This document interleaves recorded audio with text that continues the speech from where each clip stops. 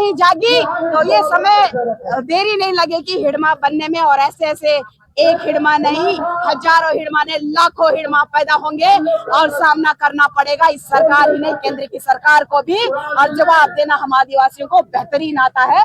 और हम इस राज्य और केंद्र की सरकार दोनों को जिताना चाहते हैं।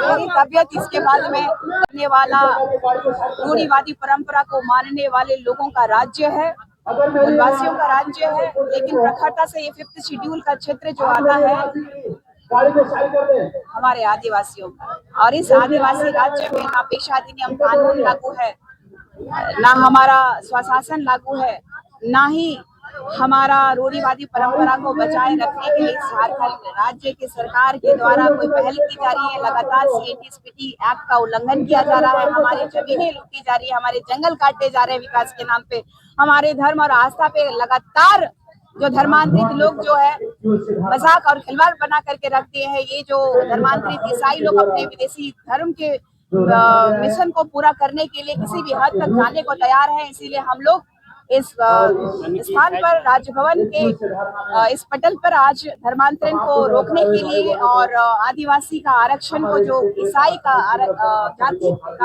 जाति के नाम पे अपना आरक्षण जो खा रहे हैं, तो उसको रोकने का काम करेंगे, क्योंकि ईसाई धर्म में जाति नहीं होती है, तो फिर ये किस हिसाब से हमारा आरक्षण को लगातार हमारे जो अधिकार है उनको खाने का काम कर रहे हैं। क्योंकि पंकराज बाबा कार्तिक उरांव जी ने भी 1968, 1969, 1970 में उन्होंने 20 साल की काली रात के बारे में उन्होंने उल्लेख किया है। उन्होंने ये बात कहा था धर्मांतरण रुकना चाहिए, और उन्होंने 348 सांसदों का हस्ताक्षर करा के संसद भवन में जो सत्र चल रहा था उसको भी रोकने का काम उन्होंने किया। लेकिन केंद्र की सरकार में स्वर्गीय इंदिरा गांधी जी की सरकार, कांग्रेस की सरकार ने आदिवासी अस्मिता को लगातार कुचलने का काम किया, और विदेशी ताकतों को, मिशनरियों के मिशन को बढ़ाने के लिए कांग्रेस ने लगातार सहयोग किया।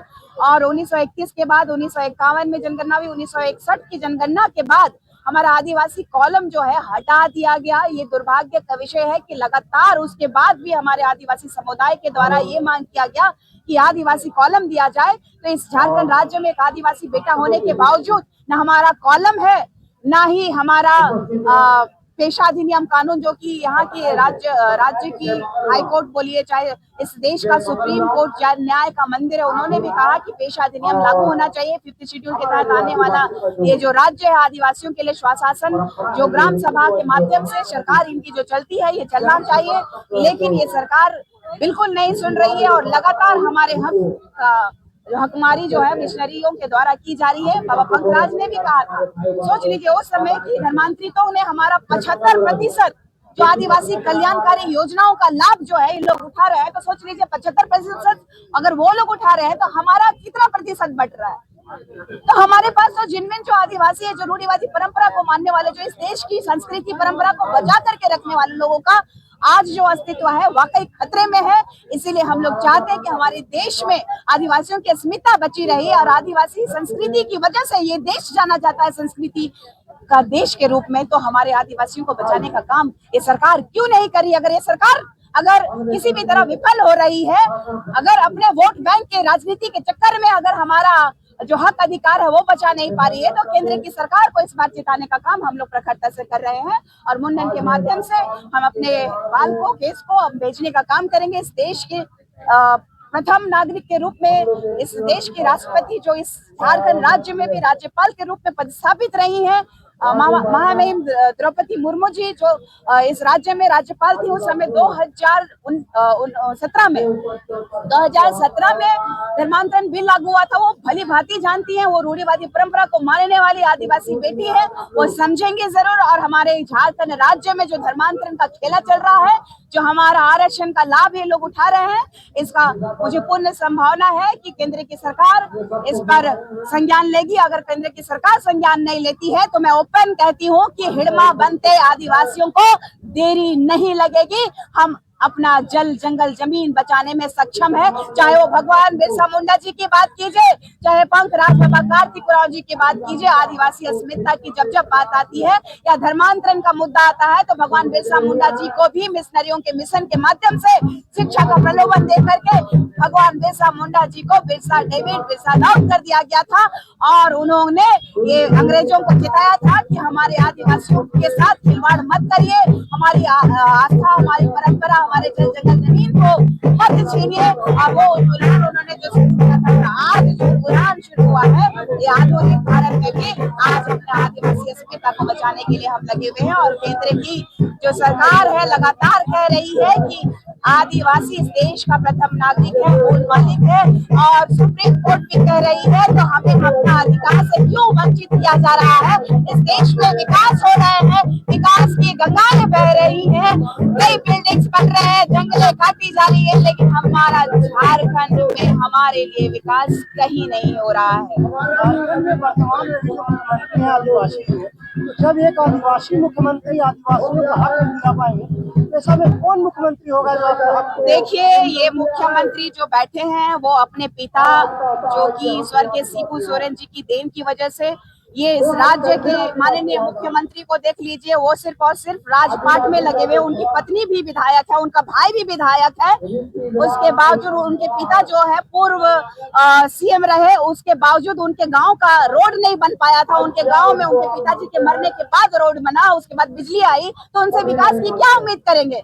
ऐसे मुख्यमंत्री को अविलंब हटा देना चाहिए, जो कि इस झारखंड की माटी को बेचने में सबसे बड़ा कलंकित आदमी हो, उसको हटा देना चाहिए। जो कि इस देश में ऐसे लोगों की आवश्यकता है और इस राज्य में ऐसे लोगों की आवश्यकता है जो कि क्रांति किया हो, जो इस राज्य की माटी को समझता हो, जल जंगल जमीन को समझता हो। और इस झारखंड राज्य के सीएम में ये कुपत नहीं है कि वो धर्मांतरित मिशनरियों का खिलाफ में जा सके। ये सरकार ईसाई और कसाई की सरकार है, ये सरकार आदिवासियों की नहीं है। ये आदिवासी अगर कोई भी संघर्ष किया होता, एक भी आंदोलन करने अपने पिता के साथ गए होते तो उनका सम्मान करती मैं, लेकिन लगातार और सिर्फ अपना कुर्सी बचाने की राजनीति करने में ये हेमंत सोरेन माहिर है। और उनकी पत्नी जो है भौजी कल्पना सोरेन जो है सिर्फ और सिर्फ अपना कुर्सी बचाने में लगी है। आदिवासियों की अस्मिता से इनको कोई मतलब नहीं है। आज जो है आदिवासी परंपरा जो है खतरे में है, चाहे आदिवासियों का जो धार्मिक स्थल है वो भी छीनते जा रहा है। आज देख लीजिए, हमारे पान और बैगाओं को जो हमारे जो जमीनें दी जाती थी, जो व्यवस्था की जाती थी हमारे समाज के द्वारा की देख रेख के लिए दिया जाता था, वहाँ हमारे पुरखों का पूजा पाठ किया जाता था उस जमीन में, उनको तक ये बेच दे रहे हैं। इस सरकार में ऐसे घिनौनी काम किए जा रहे हैं जो हमारी आत्मा को बेचा जा रहा है। आप देख लीजिए कि रिम्स 2 का प्रकरण देख लीजिए, हमारी आत्मा पे खिलवाड़ किया था। अभी जो रिम्स के पास में जो जमीन एक्वायर, जो रैयतों का जमीन एक्वायर कर रहा है, तो ये सरकार को लाज आना चाहिए, शर्म आना चाहिए, स्वतः रेजिग्नेशन दे देना चाहिए, या तो जेल चले जाना चाहिए। जो कि इतना करप्ट आदमी है ये हेमंत सोरेन का सरकार। और उनका देख लीजिए कि हमारे आदिवासियों की हत्याएं कराने वाला पंकज मिश्रा कौन है? हेमंत सोरेन का सबसे खास आदमी और सबसे बड़ा दलाल के रूप में झारखंड में जाना जाता है, लेकिन उनका कोई कुछ नहीं उखड़ पा रहा है। अब देख लीजिए कि सबसे बड़ी बात है कि अभी हमने एक भाई को खोया फेक एनकाउंटर में, सूर्य नारायण हांसदा को। क्या चाहते हैं कि निशा भगत कभी ऐसे फेक एनकाउंटर हो जाए, या फिर हमारे युवाओं का ऐसे फेक एनकाउंटर हो जाए? कई लोगों को, हमारे आदिवासियों को माओवादी करके मार दिया गया है, धर्मांतरण कराया जा रहा है। क्या है इस झारखंड राज्य में विकास के नाम पे?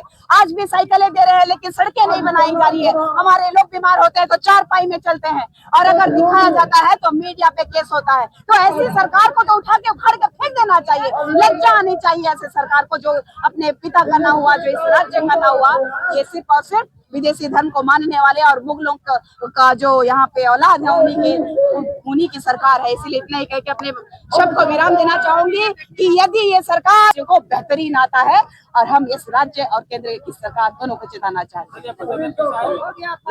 मेरी तबीयत इसके बाद में बताएंगे कि कैसी है, क्योंकि हम अभी तक में अपने आप को स्ट्रॉन्ग रखने के लिए तो बहुत ही बिल्कुल एक बॉटल और चढ़ना था, लेकिन हमको आज किसी भी हालत में, क्योंकि जिस तरीके से सोशल मीडिया में अफवाहें फैलाई जा रही थी कि निशा भगत डर गई, तो डरती निशा भगत किसी के बाप से नहीं है। अगर हमने अपने हक और अधिकार की बात किया हमने, तो हमसे क्यों उम्मीद कर रहे हैं कि हम डरेंगे?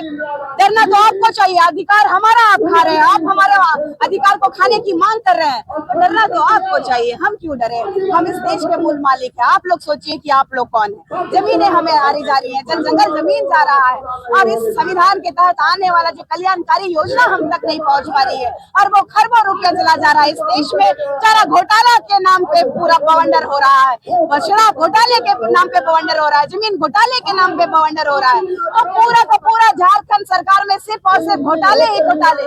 तो विकास कहाँ है? विकास कहाँ दिख रहा है? ये झारखंड सरकार सिर्फ और सिर्फ ढकोसला दे रही है।